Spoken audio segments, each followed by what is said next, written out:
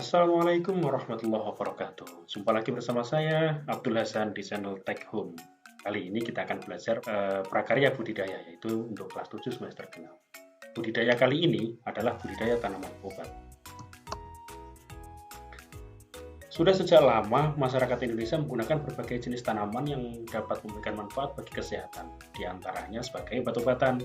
Tanaman-tanaman tersebut termasuk dalam kategori tanaman yang mudah untuk dibudidayakan. Nah, materi budidaya tanaman obat ini penting bagi kalian. Selain untuk membekali kita kemampuan untuk hidup sehat dan kembali ke alam, tanaman obat juga bisa bernilai ekonomi, serta meringankan biaya pengobatan saat kita sakit. Menarik kan? Kita ikuti pembelajarannya. Namun sebelum itu, silakan kalian simak dulu tujuan pembelajaran setelah kita mempelajari bab ini. Pada bab budidaya tanaman obat ini, kita akan mempelajari 3 hal, yaitu yang pertama jenis-jenis tanaman obat, kemudian sarana produksi tanaman obat, dan yang terakhir adalah tahapan budidaya tanaman obat. Jangan lupa like dan subscribe ya, supaya saya lebih bersemangat lagi untuk membuat konten-konten pendidikan berikutnya. Nah, apa sih tanaman obat itu?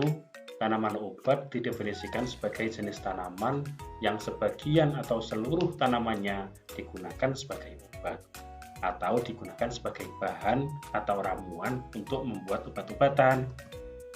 Dari tanaman obat ini kemudian lahir istilah toga, yaitu tanaman obat keluarga, dan juga istilah apotek hidup, yang berarti kegiatan budidaya tanaman obat di halaman rumah atau di pekarangan sebagai antisipasi pencegahan maupun mengobati secara mandiri menggunakan tanaman obat yang ada. Pernah kan menjumpai tanaman obat yang ditanam oleh orang-orang di sekitar rumahnya? Itulah namanya toga atau tanaman obat keluarga. Jenis-jenis tanaman obat. Tanaman obat dapat tumbuh dengan baik hampir di seluruh wilayah Indonesia. Setiap daerah mempunyai keunggulan produk tanaman obat yang dihasilkan. Adakah tanaman obat yang menjadi unggulan di daerahmu? Nah, berikut ini adalah jenis-jenis tanaman obat berdasarkan bagian tanaman yang dimanfaatkan. Yang pertama adalah rimpang, atau rimpang itu bagian tanaman yang seperti kayu tapi berada di dalam tanah. Nah, di antara tanaman yang dimanfaatkan rimpangnya sebagai obat yaitu tanaman kunyit dan tanaman jahe. Kemudian yang kedua adalah daun. Beberapa jenis tanaman dimanfaatkan daunnya sebagai obat, misalnya tanaman katuk dan tanaman sirih. Yang ketiga adalah buahnya. Jadi beberapa jenis tanaman obat juga memanfaatkan buahnya atau buahnya yang dimanfaatkan sebagai obat-obatan. Misalnya tanaman jeruk nipis dan mengkudu. Selanjutnya adalah tanaman yang dimanfaatkan bunganya. Misalnya ada tanaman rosella dan ada tanaman mahkota dewa. Lalu tanaman yang dimanfaatkan akarnya. Misalnya tanaman akar wangi dan tanaman pasak bumi. Ada juga loh tanaman yang dimanfaatkan batangnya, seperti tanaman kayu manis dan putrawali, serta yang terakhir adalah tanaman yang dimanfaatkan bijinya, yaitu lada dan jintan. Nah, sekarang kita akan membahas lebih detail masing-masing tanaman obat. Yang pertama adalah temulawak.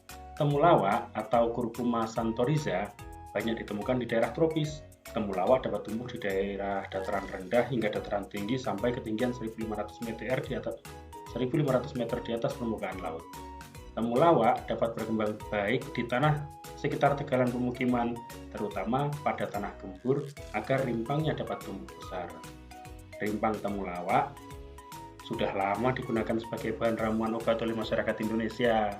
Aroma khas rimpang temulawak berbau tajam dan dagingnya berwarna kekuningan. Temulawak dapat digunakan untuk mengobati penyakit emah, sembelit, sariawan, cacar air, asma, dan sakit kepala. Banyak kan manfaatnya? Tanamlah temulawak. Nah, ini dia temulawak. Selanjutnya, tanaman yang kedua yaitu jeruk nipis. Jeruk nipis atau Citrus aurantifolia termasuk tumbuhan perdu yang memiliki banyak dahan dan ranting. Tanaman jeruk nipis menyukai tempat dengan sinar matahari langsung. Jeruk nipis dapat tumbuh di ketinggian antara 200 sampai 1.300 meter di atas permukaan laut dengan kelembapan sedang hingga tinggi. Bagian jeruk nipis yang sering dimanfaatkan sebagai obat adalah buahnya. Buah jeruk nipis yang sudah tua rasanya asam. Buah jeruk nipis dapat mengobati penyakit batuk, influenza, demam, sembelit, dan bau badan. Nah, kalian ini yang bau badannya mulai mengganggu temannya, konsumsi jeruk nipis. Selanjutnya adalah sirih. Sirih atau piper beetle termasuk jenis tumbuhan rambat dan tumbuhan bersandar pada pohon lain. Tanaman sirih menyukai tempat dengan cahaya matahari penuh. Sirih dapat ditemui mulai dari dataran rendah hingga dataran tinggi dengan maksimal ketinggian 1000 meter di atas permukaan laut. Daun sirih umumnya digunakan untuk mengobati penyakit bau mulut, sakit gigi, keputihan, eksim, dan alergi. Daun sirih juga sering digunakan untuk kelengkapan nginang bagi orang Jawa. Selanjutnya adalah daun patah tulang atau tanaman patah tulang. Tanaman patah tulang atau dalam bahasa ilmiah Euphorbia tirucali berasal dari Afrika. Tanaman ini menyukai tempat yang terkena sinar matahari langsung. Patah tulang dapat tumbuh di dataran rendah sampai ketinggian 600 meter di atas permukaan laut. Tanaman ini memiliki ranting bulat silindris. Daunnya jarang, kecil, dan terletak pada ujung ranting yang masih muda. Tanaman patah tulang biasanya digunakan sebagai tanaman pagar, tanaman hias, atau tumbuh liar. Hampir seluruh bagian tanaman patah tulang dapat digunakan sebagai obat. Akar dan rantingnya dapat mengobati lambung, rematik, dan nyeri saraf. Bagian batang kayu dapat digunakan sebagai obat penyakit kulit, sakit gigi, dan radang telinga. Getahnya dapat mengobati sakit gigi. Tetapi jika terkena mata dapat menyebabkan kebutaan maka kalian harus hati-hati ketika menggunakan tanaman patah tulang. Sementara cabang dan rantingnya ketika dibakar dapat mengusir nyamuk. Tuh kan, kita punya obat nyamuk alami. Oke, selanjutnya setelah kita mempelajari beberapa jenis tanaman obat tadi, kalian tentu tertarik untuk mempelajari jenis-jenis tanaman obat yang lain. Nah, maka dari itu carilah informasi sebanyak mungkin dari berbagai media, baik koran, majalah, televisi, maupun dari internet tentang jenis-jenis tanaman obat dan khasiatnya untuk menambah pengetahuan kalian. Bahan dan alat budidaya tanaman obat. Keragaman jenis tanaman obat memiliki pengaruh terhadap alat dan bahan yang digunakan. Setiap jenis tanaman membutuhkan kondisi tanah tertentu untuk dapat tumbuh dengan baik. Tanaman obat tidak harus ditanam di kebun atau pekarangan, tapi tanaman obat juga dapat ditanam di polybag atau di pot di teras-teras rumah kita. Berikut ini adalah bahan dan alat untuk budidaya tanaman obat sesuai dengan tempat membudidayakannya. Yang pertama adalah bahan-bahan budidaya tanaman obat. Yang pertama, benih. Benih atau bibit tanaman obat sebagai cikal bakal tanaman penting untuk diperhatikan pada saat akan melakukan budidaya. Bibit yang unggul akan menghasilkan tanaman yang unggul dan berkualitas. Yang kedua adalah pupuk. Gunakanlah pupuk dari bahan alami, sebaiknya pupuk kandang atau pupuk kompos. Pupuk kimia cepat diserap tanaman, tetapi dikhawatirkan menimbulkan efek farmakologis sehingga meninggalkan residu kimia yang menurunkan kualitas tanaman obat, bahkan kadang bisa berbahaya. Selanjutnya adalah media tanam. Media tanam tanaman obat biasanya merupakan tanah, maka pilihlah tanah yang gembur dan subur. Dan yang terakhir adalah pestisida. Pestisida diperlukan untuk mengatasi gangguan hama dan obat pada tanaman obat. Jenis pestisida yang dianjurkan berupa pestisida alami atau pestisida nabati yang berasal dari tumbuhan. Selanjutnya peralatan tanam. Nah, ketika kita mau menanam di kebun, maka ini peralatan yang kita butuhkan. Yang pertama adalah cangkul untuk membalik permukaan tanah supaya yang subur bisa tercampur adukkan. Selanjutnya garpu untuk menggemburkan tanah, kemudian koret untuk membersihkan tanah dari kotoran-kotoran, dan yang terakhir adalah gembor untuk melakukan penyiraman. Apabila kita menanam di lahan terbatas di teras rumah, di pekarangan, maka bisa jadi yang kita butuhkan adalah polybag, sekop, dan cangkul.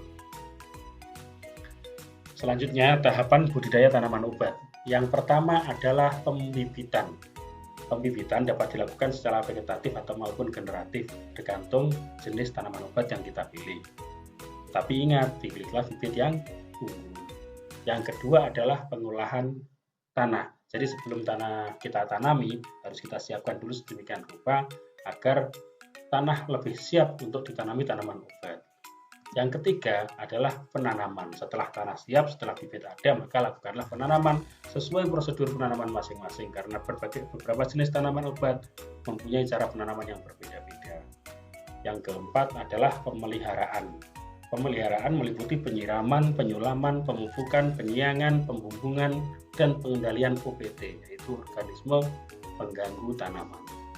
Dan yang terakhir adalah panen dan pasca panen. Jadi setelah tanaman obat kita siap dipanen, maka kita harus juga paham bagaimana prosedur memanen. Setelah itu kita juga paham bagaimana prosedur pengolahan pasca panen. Apakah butuh dijemur, apakah butuh didiamkan, apakah butuh didinginkan, dan lain sebagainya sesuai dengan karakteristik tanaman obat masing-masing. Nah, berikut saya berikan contoh beberapa tanaman toga atau tanaman obat keluarga yang terdapat di lingkungan masyarakat kita. Silakan ditonton.